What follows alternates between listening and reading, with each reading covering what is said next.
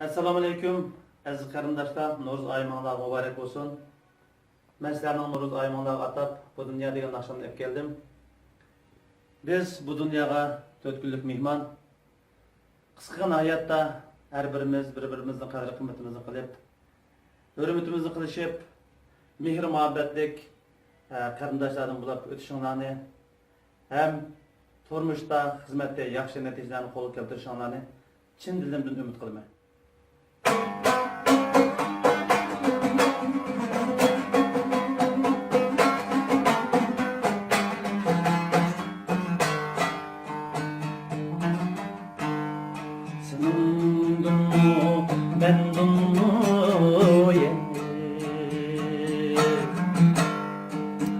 Alıdıkken bu aleme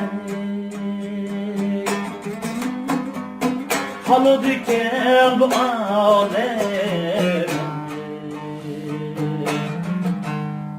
Men bir koyga hayatta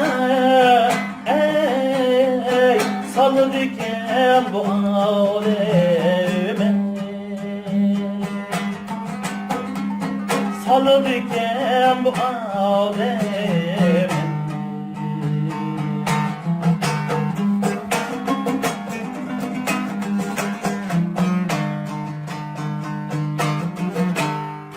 Bazen dılga soğuk bir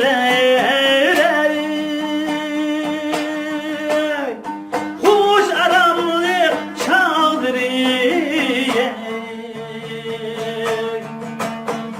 Hoş aramlık çaldırıyor Şatlıyordum bu hayatım ey Kökkendet Remdiriye Kökkendet remdiriye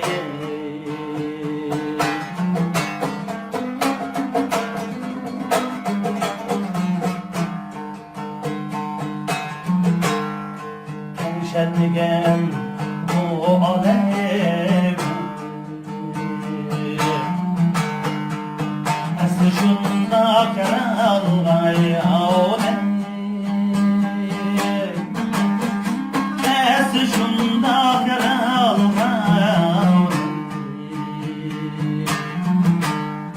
Tensizliğe destir ey Bir vapa dep atalgay alem Bir vapa dep atalgay Tensizliğe destidir ey bir vapa dep atalgay Bir vapa dep atalgay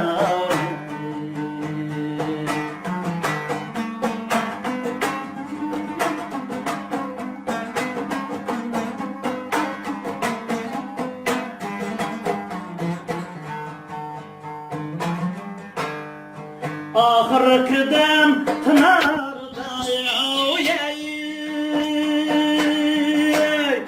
Kadriga yetmiyiz Kadriga yetmiyiz Yoruk alem mihge ey Kıymay bir köy Gitmiyiz